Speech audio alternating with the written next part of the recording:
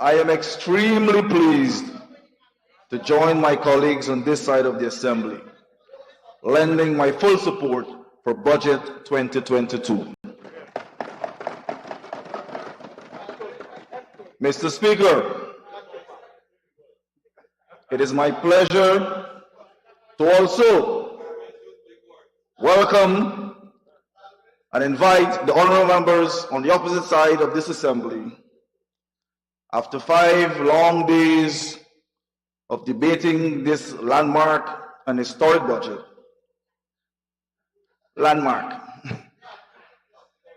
to give their unwavering support to Budget 2022. The People's Budget, a budget that is people-centered and people-driven.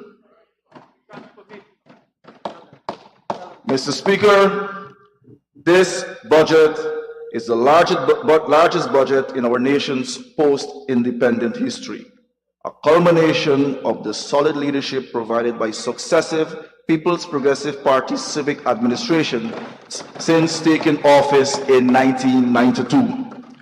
The only party that is pro-people, the only party that is consistent in practicing democratic rule, the only party that is consistent in practicing good governance, and more importantly, the only party that has consistently transformed the lives of the people of this great nation of ours.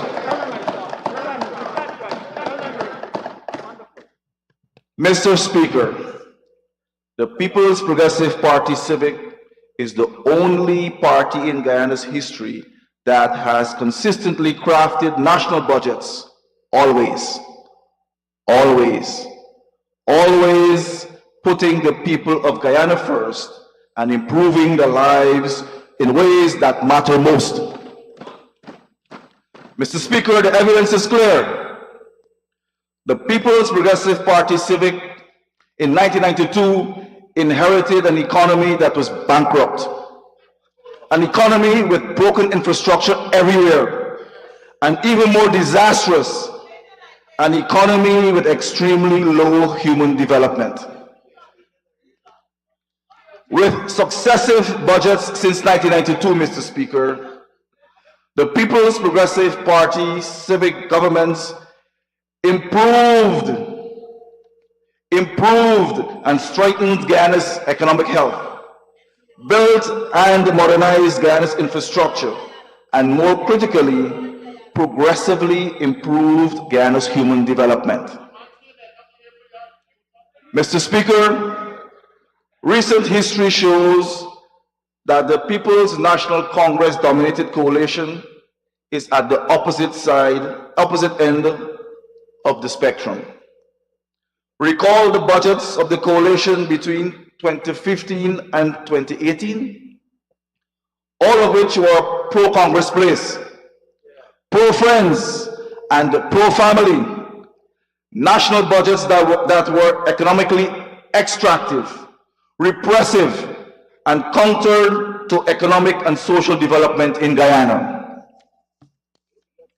Mr. Speaker, these were national budgets that were designed to take us back to the dark and scary days of regression of the 1970s, 1980s, and the early 1990s. Mr. Speaker, it is very clear.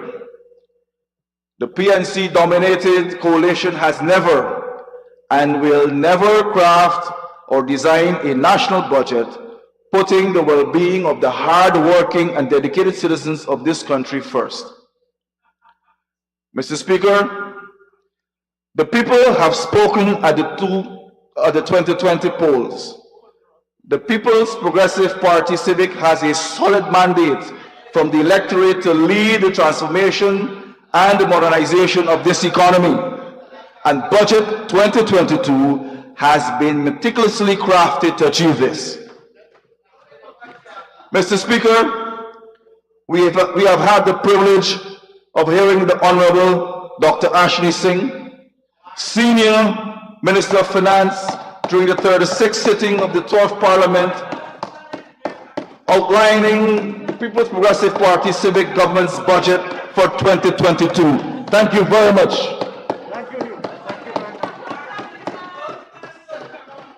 This budget is an articulation of His Excellency the President Dr. Mohamed Irfan Ali's commitment to the people of Guyana, providing opportunities for Guyanese to pursue healthy, happy, and prosperous lives.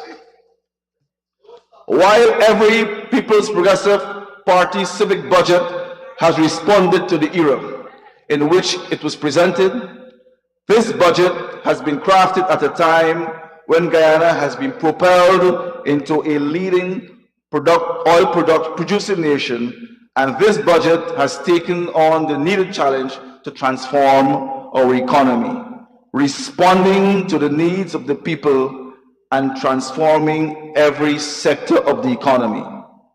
Budget 2022 embraces the One Guyana concept, a concept that has been well articulated by President Irfan Ali and is responsive to the needs of each and every single Guyanese. This 2022 budget has been crafted at a time when we can begin to reap the huge gains for our people, and it is not only responsive to such needs, but it is rising to seize the opportunities that this new epoch of Guyana is bringing. This is in sharp contrast to what the PNC-dominated coalition regime offered the Guyanese people between 2015 and 2018. It would not be a mischaracterization to describe their time in office and their attempts to govern as delusional and despotic. Economic development under the People's National Congress dominated administration was filled with delusional ideals and failed promises. Who can forget the green economy? The failed coalition government claimed that by 2025, Guyana will be fully green. This was a great delusion of the Grange administration. Mr. Speaker, in 2015, the Grange administration inherited the low carbon development strategy, a strategy that was recognized for its innovative approach to development. That again, they could not have taken and moved our development forward. Mr. Speaker, the only green development they know was to paint our public buildings green. From 2015 to 2020, the PNC-led coalition government green strategy was painting everything and anything. Mr. Speaker, the People's Progressive Civic Administration is responding to the adverse impacts of climate change. Our administration has issued a consultative document, our expanded low carbon development strategy. We want all of our Guyanese citizens to be part of this effort in saving our planet. Mr. Speaker, in this document, we continue to build on the work of former President Barrett Jagdeo, where we will be focusing on new economic incentives, making our forests worth more standing. Under the Irfan Ali administration, Guyana will be accessing market-based mechanisms for foreign climate services that includes private as well as international public sector financing. Mr. Speaker, we will continue to align and allow for development of our country and our people in an environmentally sustainable manner, and will continue being a net carbon sink. How about the good life? Well, the good life was promised and delivered to the coalition elites, their friends and the cronies. The working class Guyanese, including those who voted for the coalition, did not benefit from the good life promised. The PNC-led coalition regime introduced a miserable and bleak life. Mr. Speaker, this is why in 2020, the people of Guyana returned the People's Progressive Party Civic back to government. When the People's Progressive Party Civic left office in 2015, we left a legacy of home ownership that the Granger-led administration could have built on. Unfortunately, Mr. Speaker,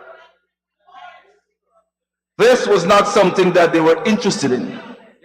The PNC has never in its history displayed interest in helping the ordinary Guyanese people. Mr. Speaker, this is fundamental. Home ownership creates housing security, allows our people to build equity and families to build their net worth. Net worth which is intergenerational. Mr. Speaker, what I'm saying here is known all over the world. Yet, the hugely incompetent PNC, they refuse to offer basic housing security to Guyanese. Instead of providing housing development, instead of recognizing that developing housing allows for opening up more and more areas for urbanization across Guyana, the PNC elites enjoy speaking about an abundance of land, but in reality are devoid of creative and developmental vision. Mr. Speaker, the People's Progressive Party Civic Administration is the only party committed to delivering development, betterment, and advancement that the people of Guyana deserve. The People's Progressive Party Civic returned to office and fulfilled its promise to the Guyanese people. Our manifesto promised to build on the past record and continue to provide housing to the Guyanese people. Mr. Speaker, as my honorable colleague, Minister of Housing, will speak on, we have succeeded in this task. At the end of 2021, we provided Guyanese all over this country with over 10,000 house lots. In 1 year, we surpassed the paltry 7,000 house lots, that which the PNC-led coalition barely delivered between 2015 and 2020.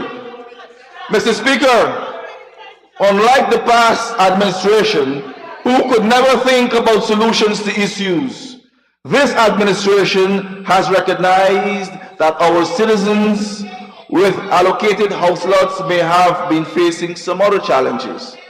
To this end, Mr. Speaker, we are doing more than providing house lots. We have been building homes for the first time for low-income and middle-income earners.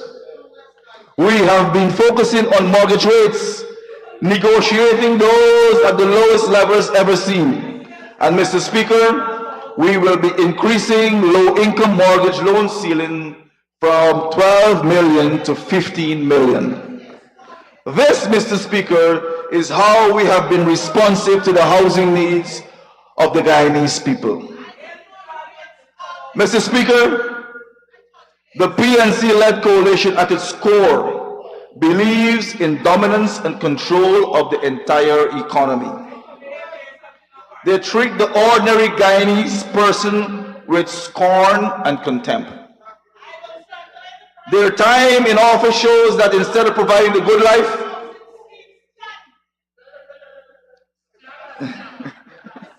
they were providing a stagnant life. Yes, the coalition was all about overregulation of our freedoms and burdensome taxes. The coalition never seemed to understand that by extracting taxes from Guyanese private sector and the citizens, as a country, we were being taxed into economic despair. Mr. Speaker, this is exactly why under the coalition government, The ministers did not visit communities across this country. They stayed in their posh offices and enjoyed a lavish social life at the expense of the taxpayer. Absolutely no representation was provided to the citizens of Guyana. Mr. Speaker, since the People's Progressive Civic Administration assumed office in 2020, the President and ministers have been taking government to the people on a regular and consistent basis. Mr. Speaker, in fact, I have visited Linden and Region 10 more often in 18 months than the former President Granger and his cabinet combined visits across Guyana between 2015 and 2020. Mr. Speaker, the coalition abandoned the people of Linden and Region 10. The people of Linden and Region 10 benefit from better living standards and regional development under a PPPC government. That is a fact.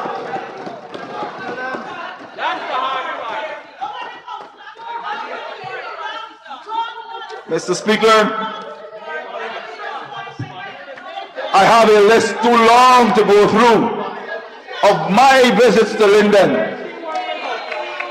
Hello Malawi, hello Moblessa, hello Victory Valley, Green Valley, Three Friends, Marias Elizabeth, Old England, Dalawala, Amelia's Ward, Wisrock, Bamio, and the list goes on and on and on. One minister on this side of the house would have visited one community in 18 months than the entire former past administration. And we have several ministers on this side of the house visiting communities on a daily and weekly basis. Think about the representation. Think about the representation that the people of Guyana deserve, and they're getting that under a People's Progressive Party civic government. Mr. Speaker, the 2022 budget, like other budgets presented since 1992, is about opening the economy, freeing the people from overregulation, and the protection of the most vulnerable.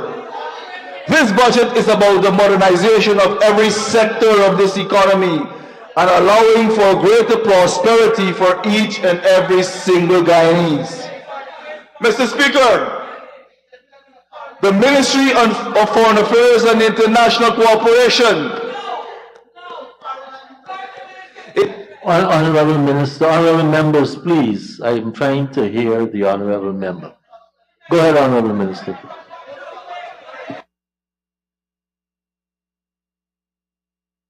Mr. Speaker, the Ministry of Foreign Affairs and International Cooperation is essential to the President's vision for a 21st century Guyana. More than $6 million has been allocated to the Foreign Ministry in Budget 2022, aiding the continuity and bolstering of the advancement of Guyana's foreign policy initiatives and priorities. Mr. Speaker, we live in a time of unprecedented change. The COVID-19 pandemic, climate change, and migration are just a few challenges that have impacted both the world and our country in recent years. As a small developing country, our place in the global economy and the multilateral political order requires strategic action if we are able to capably represent the interests of the Guyanese people. Budget 2022 will provide adequate financial support for the Foreign Ministry in this regard. Mr. Speaker, the government's foreign policy objectives are very clear. The preservation of Guyana's sovereignty and territorial integrity, advancing bilateral relations, conducting economic diplomacy through the promotion of trade and investment, projecting a positive image of Guyana through sensitization and awareness of policies and programs being undertaken by the government in fulfillment of bilateral and multilateral agreements, engaging our diaspora in national development efforts, and maintaining a proactive role in international affairs. We place great value on the unique and impactful role that our nationals around the world can play in our nation's future, and as such, we are unwaveringly committed to harnessing in a structured manner the skills, expertise, and other resources of the Guyanese diaspora. Mr. Speaker, the People's Progressive Party civic government, since assuming office in August 2020, has dedicated great efforts in re-establishing Guyana's standing and presence as a stable and peaceful nation in the Western Hemisphere and global system. Our government is committed to protecting and defending our democracy, respect for human rights, and the rule of law, and ensuring our international cooperation are all clearly represented in fora around the world. Mr. Speaker, Guyana's bond with our international partners is today stronger than it's ever been before. I recall the Honorable Member, Ms. Desir, in her presentation, mentioned that the PNC government, and this is according to her, punched above its weight in international system. For clarity, Mr. Speaker, that is during the period when the PNC government ruined this economy, the entire economy. This is during the 1970s, 80s, and early 90s. Mr. Speaker, permit me to remind the honorable member that in their 1990 budget, the PNC government spent more money on the so-called punching above their weight on education. And I have the facts to prove it, Mr. Chairman. In 1991 and 1992 budgets, the very PNC government spent more punching above their weight on education and health. They were fat cats. Imagine, Mr. Speaker, they had no national policies that they could have advanced at the international level. And there they were spending more money on a foreign policy agenda that was no good than providing education and health care for the people. And that is what the honorable member is proud about. That is disastrous. That is why the PNC will never be good for this country.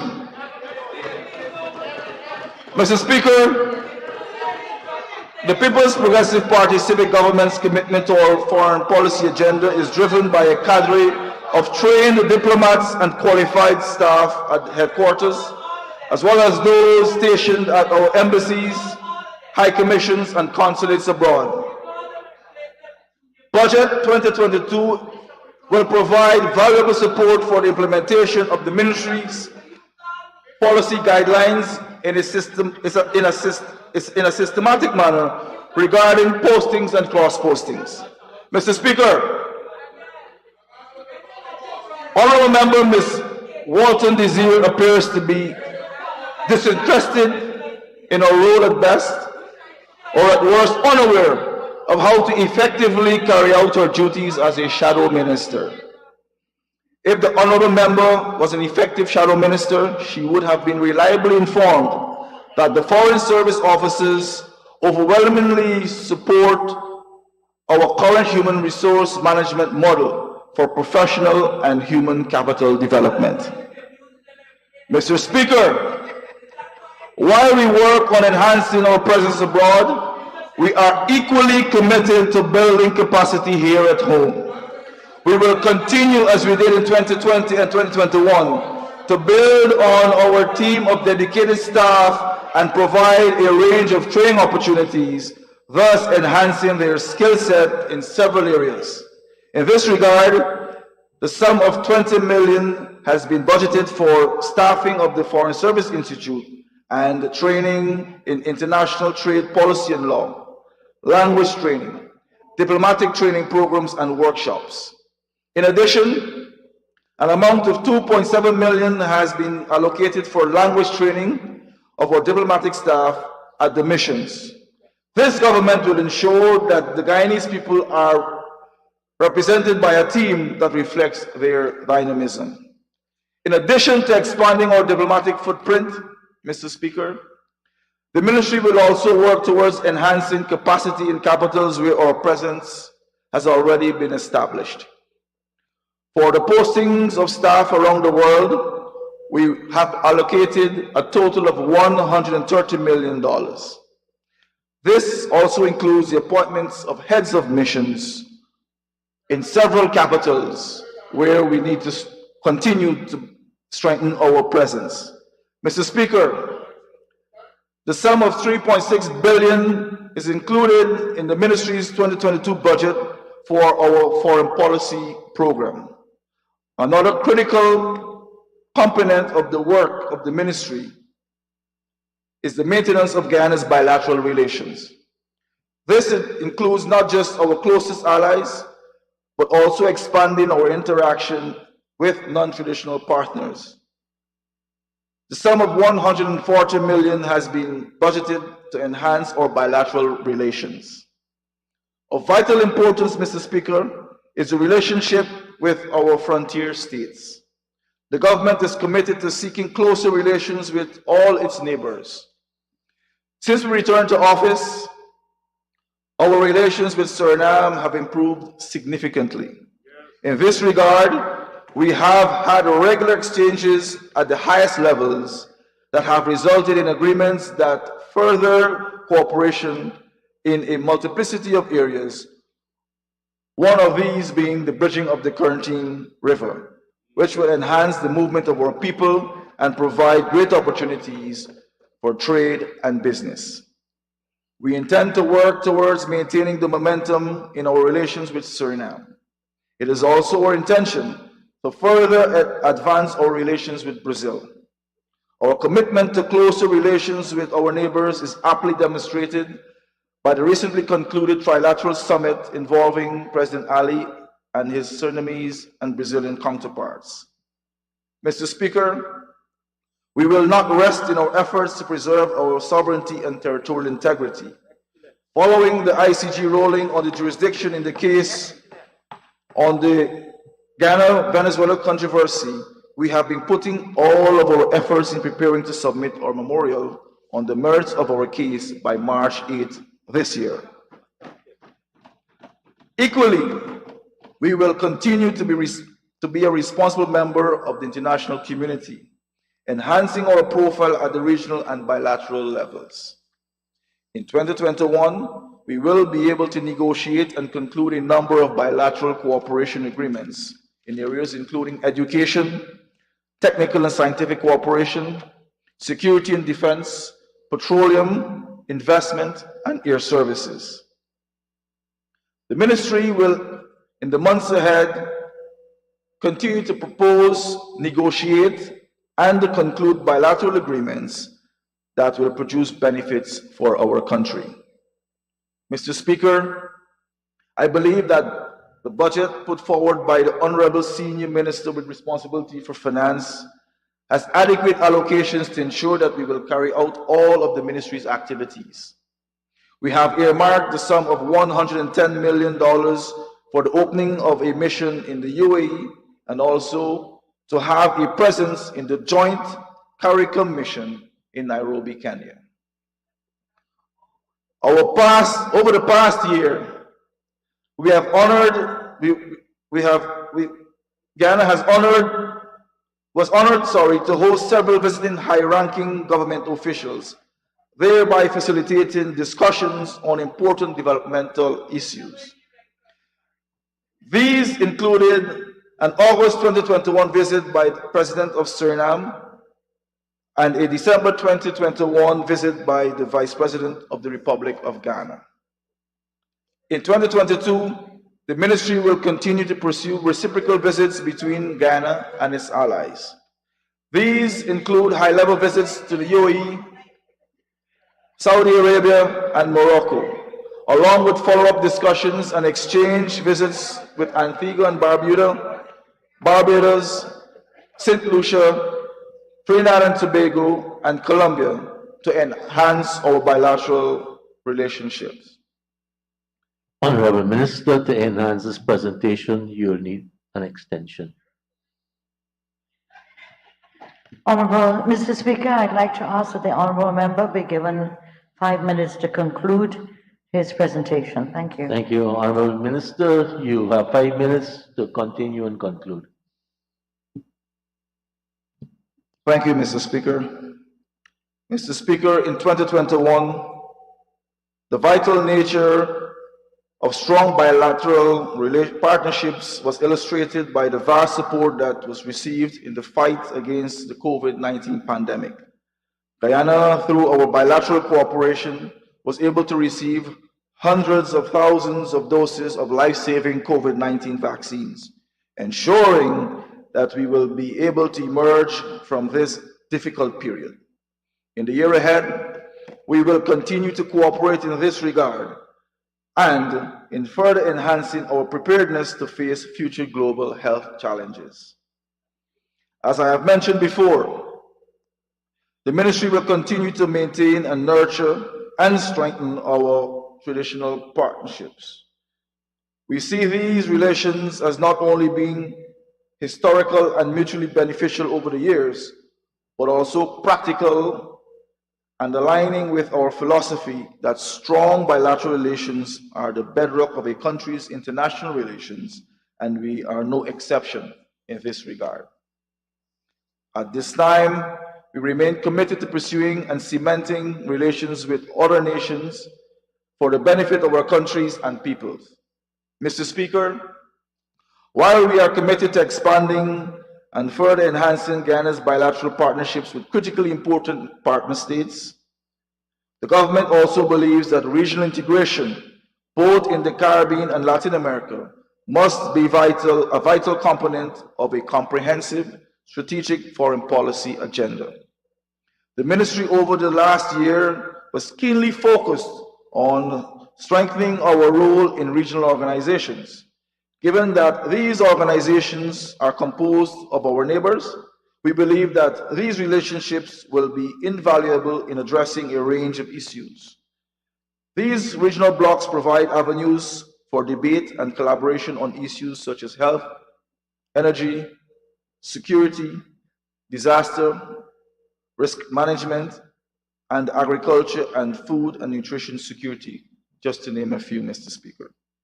The Caribbean community, CARICOM, as we know, is among our most important avenues for development of our country. Our commitment to ensuring the successful advancement of this regional committee and integration has not waned. The government will focus on deepening relations with member states of the Caribbean community, and we will continue in 2022 to give priority to expanding trade, maintaining our commitments to CARICOM, and accessing new markets, ensuring that external trade negotiations rebound to the benefit of the country and people. Further demonstrating our commitment to Caribbean integration and CARICOM, Mr. Speaker, we have also allocated a sum of $150 million for the construction of a new building to be used as the official residence of the CARICOM Secretary General. Mr. Speaker, the government renewed Guyana's leadership on agriculture and food security and the focused community's attention on related maritime transport through His Excellency the President's presentation on advancing CARICOM agri-food systems agenda, prioritizing regional food and nutrition security. His Excellency the President, in his capacity as CARICOM lead, Head of Government on Agriculture, and the Honorable Minister of Agriculture, in his capacity as Chairman of the Special Ministerial Task Force on Food Production and Food Security, are advancing the implementation of the community decisions on improving the region's food and nutrition security. The sum of $5 million is budgeted for these activities. Mr. Speaker, in closing, I would like to also mention that this year we will be launching our campaign for a non-permanent seat on the United Nations Security Council for the period 2024-2025, and a sufficient allocation of $5 million was allocated to this initiative. The preparation for the government-led stakeholder process regarding the voluntary national review, an initial sum of $3 million is included also in our budget in this regard. The ministry will also continue to support initiatives at the cost of $3 million towards implementation of government's low carbon development strategy. International trade, Mr. Speaker, will receive a sum of $52.7 million. And last but not least, in revitalizing our country's strategies for diaspora engagement, $50 million was allocated towards a range of activities to connect the government and Guyanese around the world as an illustration of our commitment to fulfilling our promise, serving all Guyanese. With these few words, Mr. Speaker, I would like to once again thank the Senior Minister of Finance for his hard work and stewardship in preparing and presenting Budget 2022, a budget that is for the people, a budget that is people-centered, people-focused, and people-driven. With those few words, Mr. Speaker, I would like to commend the successful passage of this budget to this House, steadfast against all challenges, resolute in building one Guyana. Thank you. Thank you.